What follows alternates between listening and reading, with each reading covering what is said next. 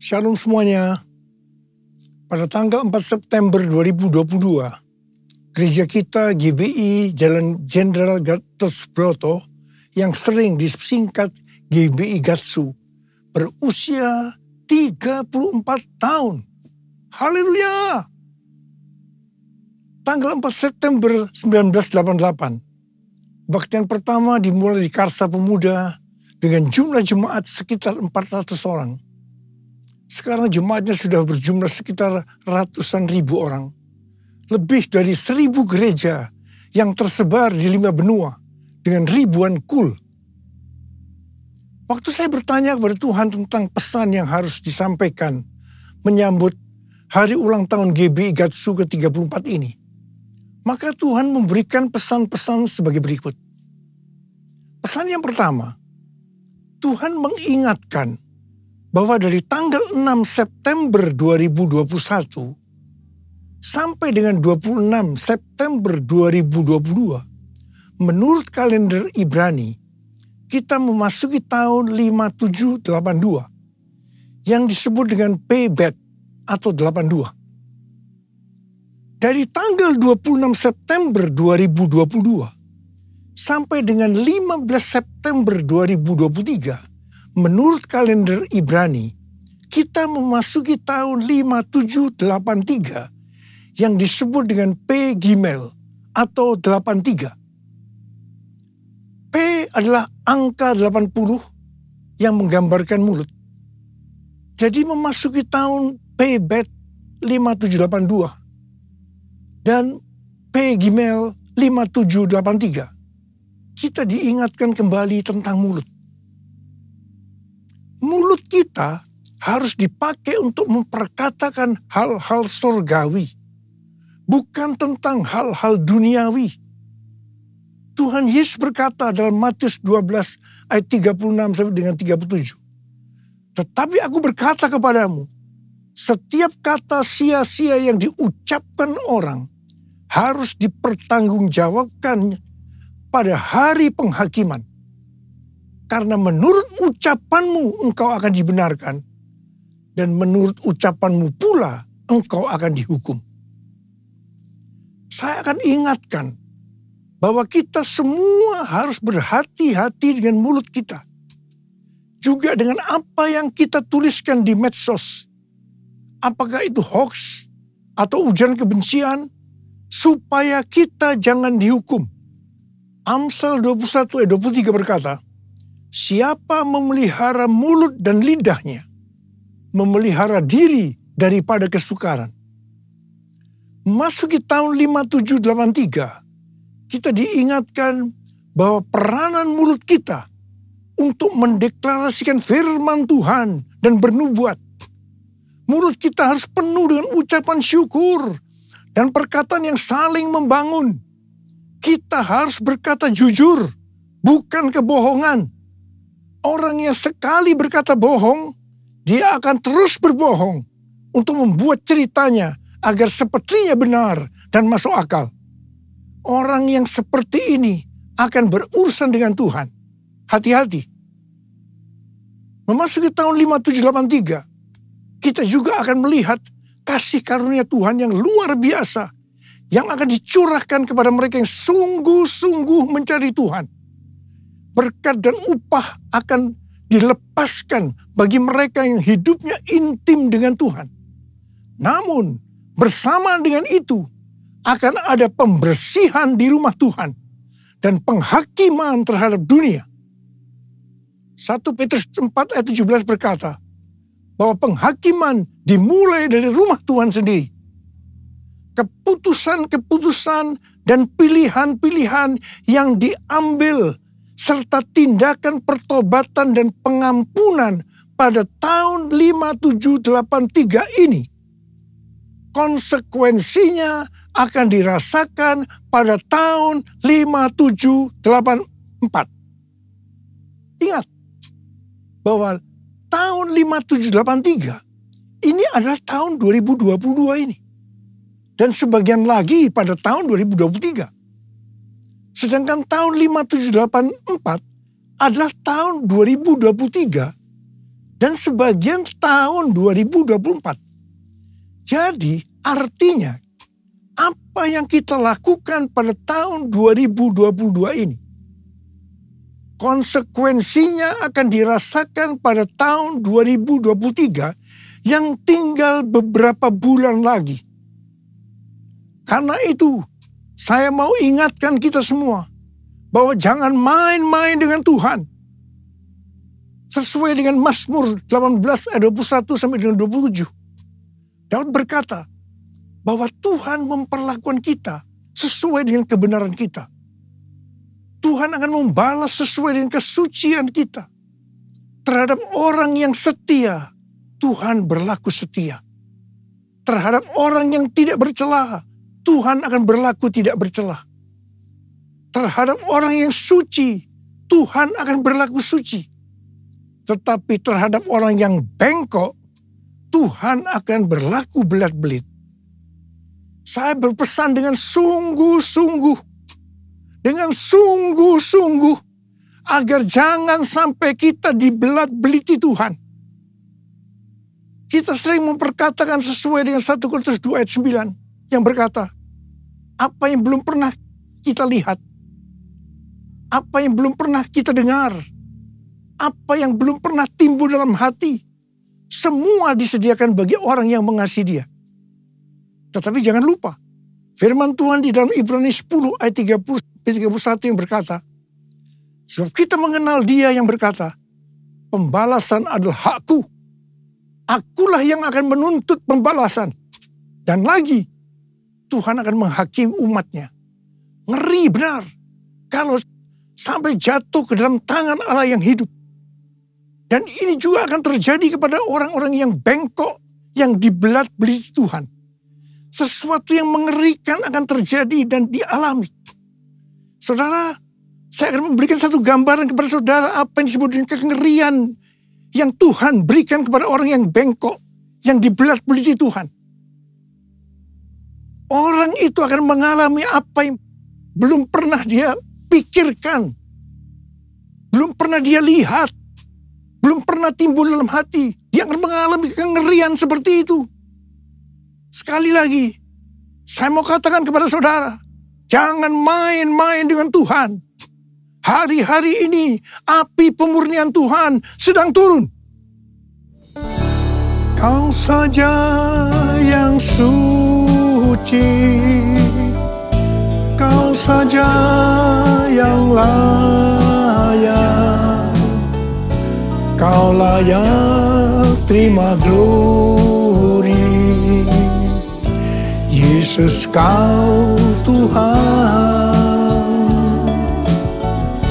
Kau saja yang suci, Kau saja yang layak, Kau layak terima glory.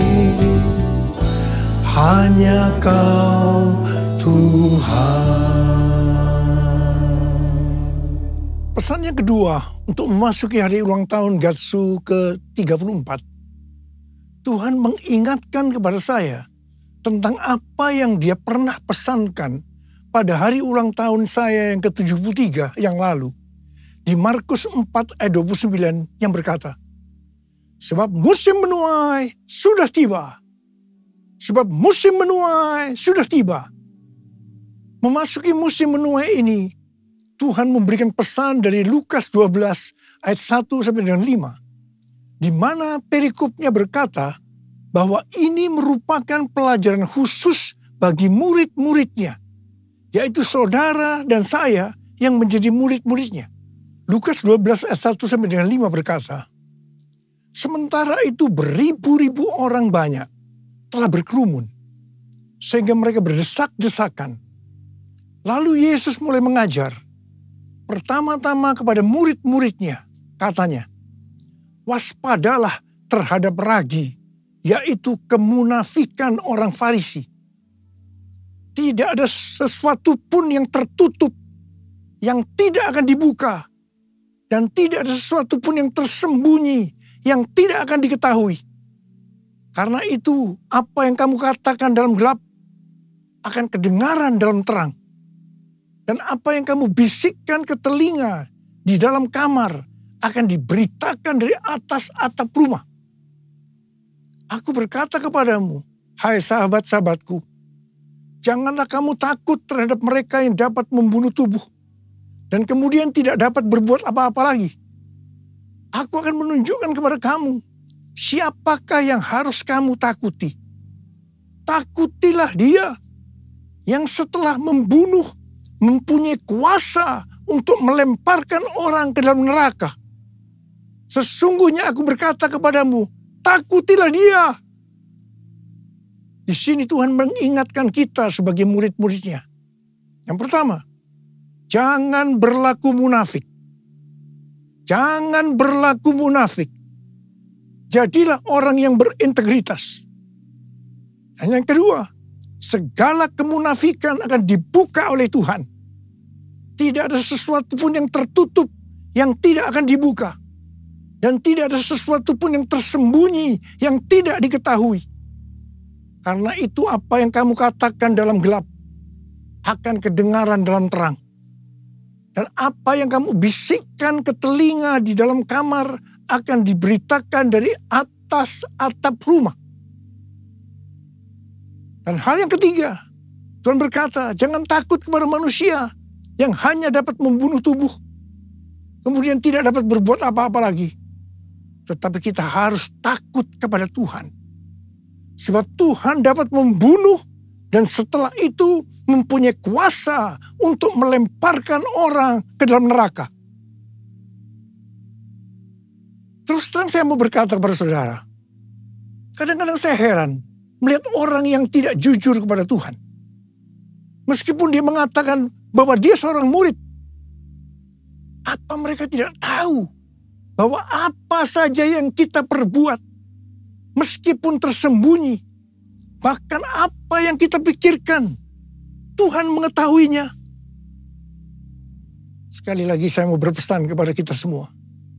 Jangan main-main dengan Tuhan. Jangan main-main dengan Tuhan.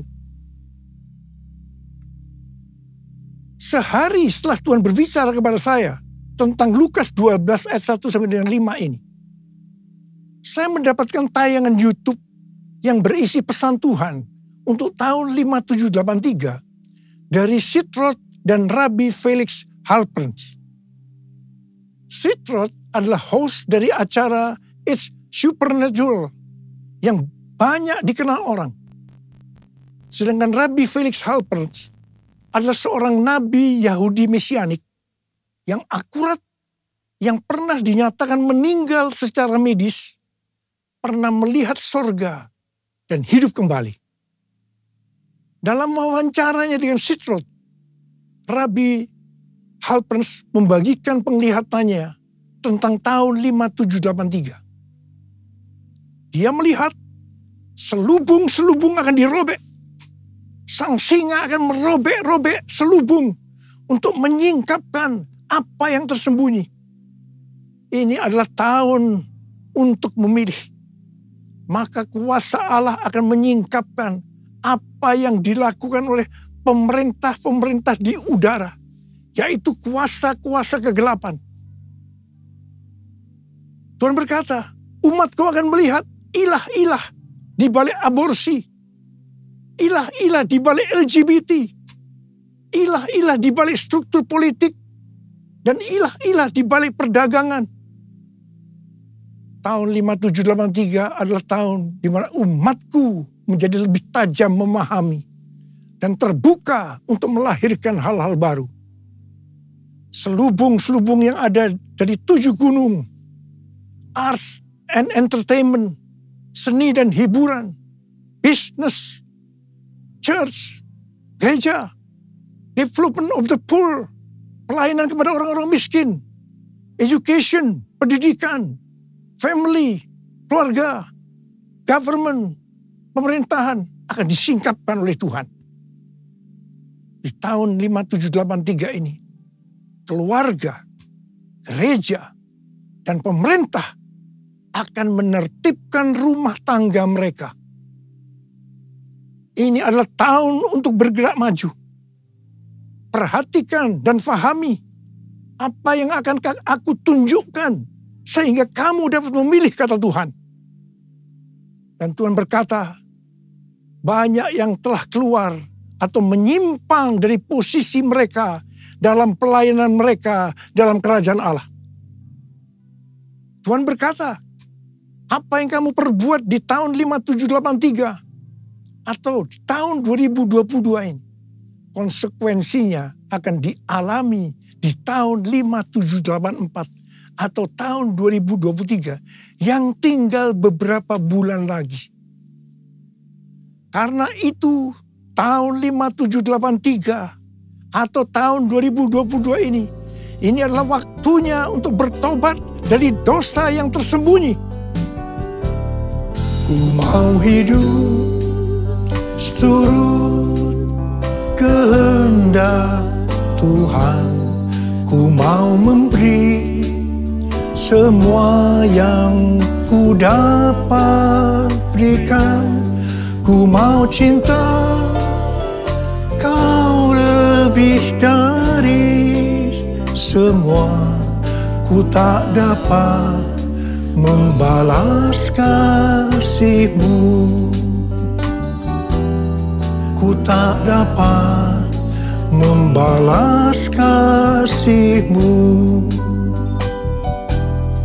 Ku tak dapat membalas kasih-Mu.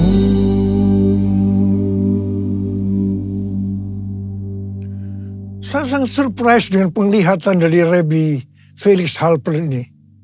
Sebab hal ini sesuai dengan apa yang Tuhan berikan kepada Tim Hill, Ketua Umum Church of God, pada waktu khotbah pembukaan di sidang sinode Church of God di San Antonio bulan Juli 2022 yang lalu.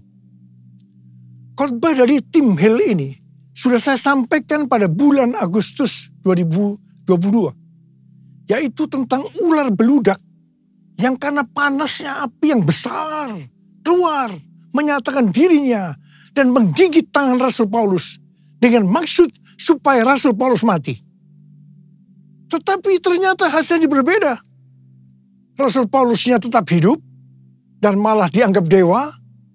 Setelah peristiwa itu terjadi kebangunan rohani yang luar biasa di Pulau Malta itu. Dan sebaliknya, ularnya mati dalam api yang besar itu. Hal ini berbicara tentang api Roh Kudus dari Pentakosta ketiga yang dahsyat sedang turun. Dan membuat pekerjaan dari si ular, si iblis ditelanjangi, selubung-selubung dibuka. Dan iblis masih mencoba untuk menghancurkan gereja. Tetapi puji Tuhan, karena gereja yang berkarakter Kristus, yang digambarkan seperti Rasul Paulus, justru akan hidup dan dipakai untuk terjadinya kebangunan rohani yang besar. Haleluya! Pesan Tuhan kepada kita memasuki tahun 5783 agar kita hidup kudus. Ibrani 12 ayat 14 berkata, sebab tanpa kekudusan tidak seorang pun akan melihat Tuhan. Perintah ini diikuti dengan peringatan dalam ayat 16-nya yang berbunyi, janganlah ada orang yang menjadi cabul atau yang mempunyai nafsu yang rendah seperti Esau. Kata cabul di sini adalah tindakan amoral. Janganlah ada orang yang menjadi amoral. Nabi Yesaya dalam Yesaya 6 ayat 5 berkata, lalu kataku, celakalah aku binasa, sebab aku ini seorang yang najis bibir. Dan aku tinggal di tengah-tengah bangsa yang najis bibir. Namun mataku telah melihat Sang Raja, yakni Tuhan semesta alam. Ketika melihat Allah, di hadapan kekudusan Allah, Nabi Yesaya langsung menyadari bahwa ia najis. Khususnya dalam hal mulut. Mungkin selama ini mulutnya dipakai untuk memperkatakan hal-hal yang tidak berkenan kepada Tuhan. Berbohong dianggap hal yang biasa. Apa yang dilakukan oleh Nabi Yesaya? dia bertobat dan minta ampun.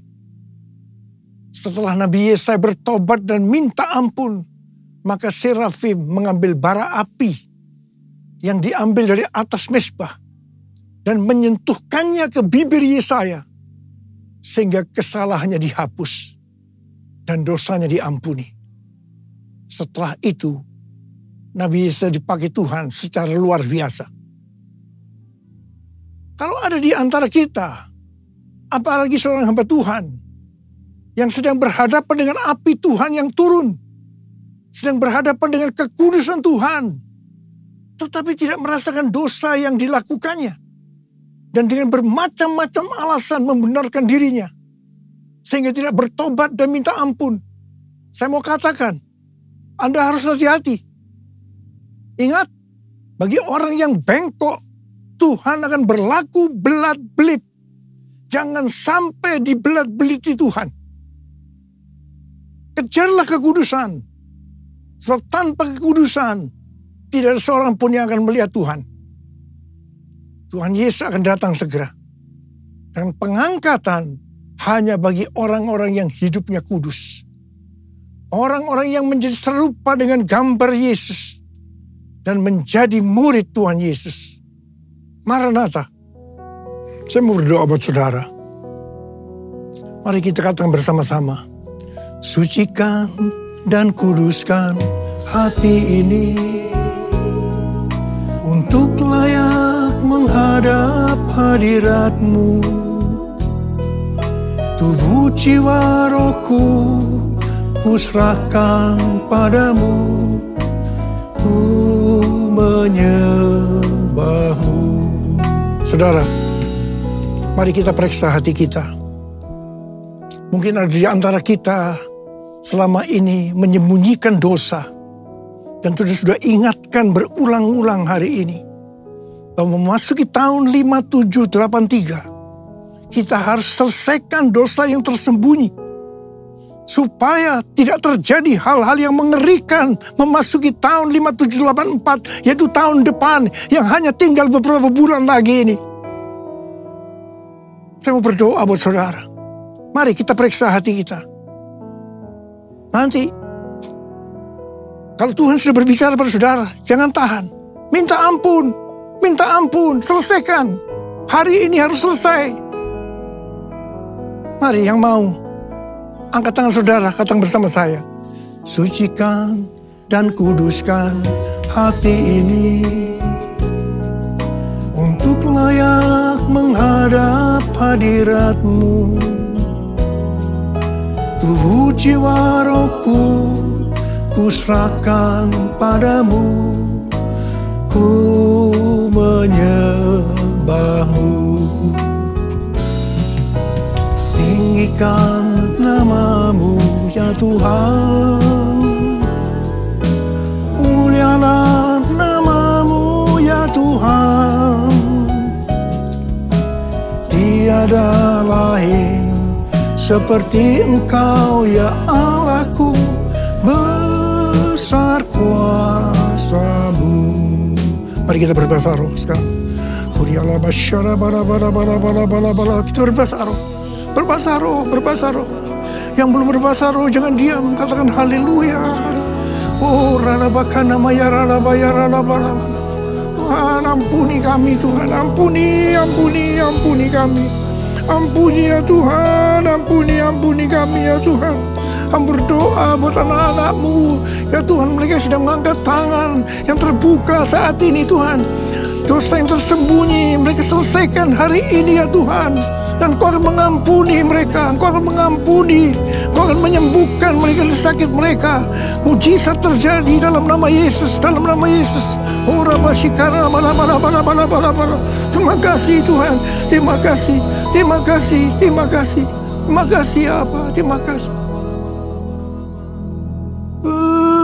Besar kuasa-Mu, besar kuasa-Mu, besar kuasa-Mu.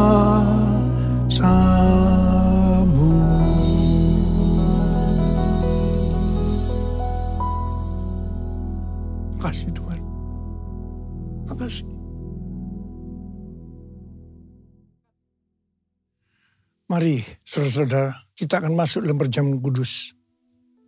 Kita akan mengingat ayat ini. Sebab setiap kali kamu makan roti ini dan minum cawan ini, kamu memberitakan kematian Tuhan sampai Ia datang. Perjamuan kudus adalah perjamuan Tuhan Yesus sendiri. Setiap kali kita masuk dalam perjamuan kudus, Tuhan Yesus selalu berkata, biarlah ini menjadi peringatan akan daku. Biarlah ini menjadi peringatan akan daku. Karena itu, mari kita tundukkan kepala. Arahkan hati kita kepada kebaikan Tuhan. Mengingat kebaikan Tuhan.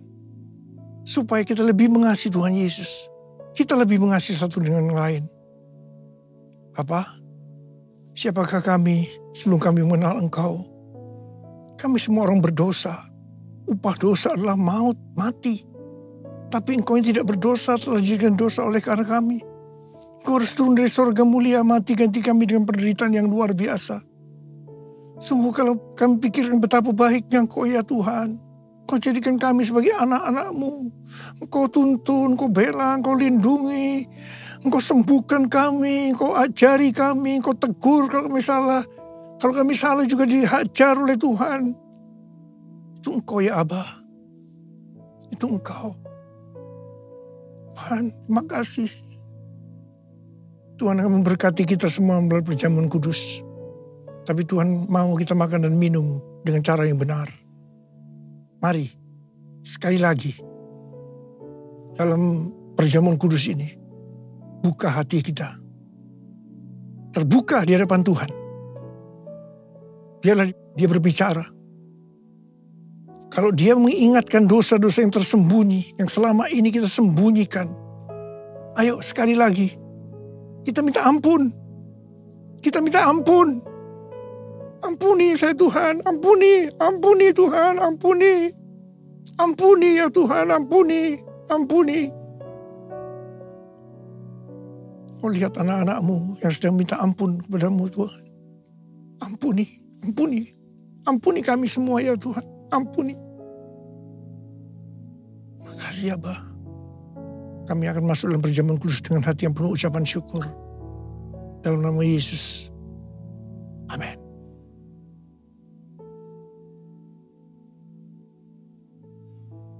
Saya akan mengangkat roti di tangan kanan kita tinggi-tinggi.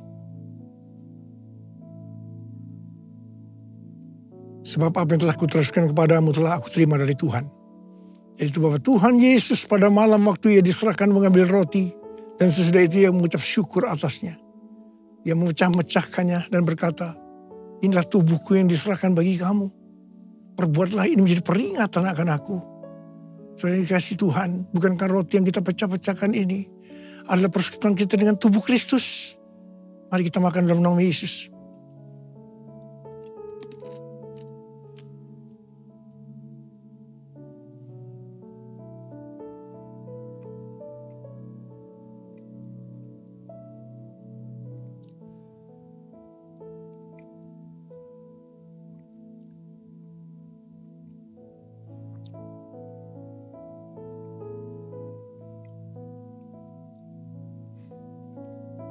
Angkat cawan di tangan kanan kita tinggi-tinggi. Demikian juga Ia mengambil cawan sudah makan lalu berkata, cawan ini adalah perjanjian baru yang dimeteraikan oleh darahku. Perbuatlah ini setiap kali kamu meminumnya menjadi peringatan akan aku. Saudara kasih Tuhan, bukankah cawan pengucapan syukur yang atasnya kita ucapkan syukur adalah persekutuan kita dengan darah Yesus. Mari kita minum dalam nama Yesus.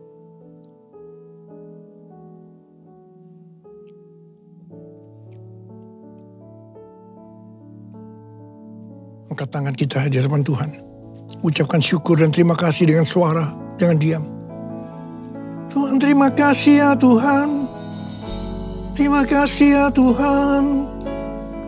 Kami bersyukur, kami bersyukur. Kami bersyukur ya Tuhan. Kami bersyukur ya Tuhan.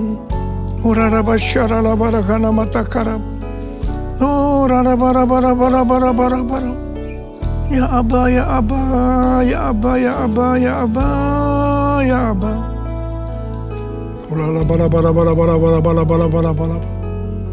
Oh, Tuhan terima kasih, Tuhan terima kasih, Tuhan terima kasih. Hamba berdoa buat anak-anakmu.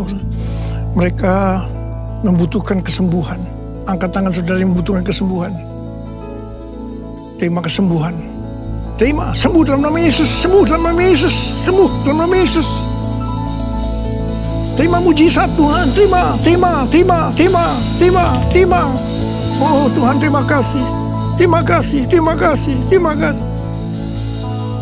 Terima kasih Yesusku.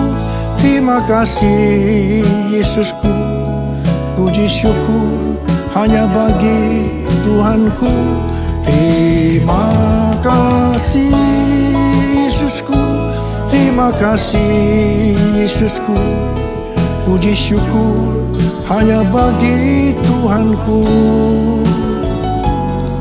Puji syukur hanya bagi Tuhanku. Puji syukur hanya bagi Tuhanku. Saudara, saya mengucapkan selamat ulang tahun buat GBI Gatsu. Ulang tahun yang ke-34. Tuhan Yesus memberkati kita semua. Berlimpah. Katakan amin. Mari angkat tangan saudara. Terimalah berkat Tuhan.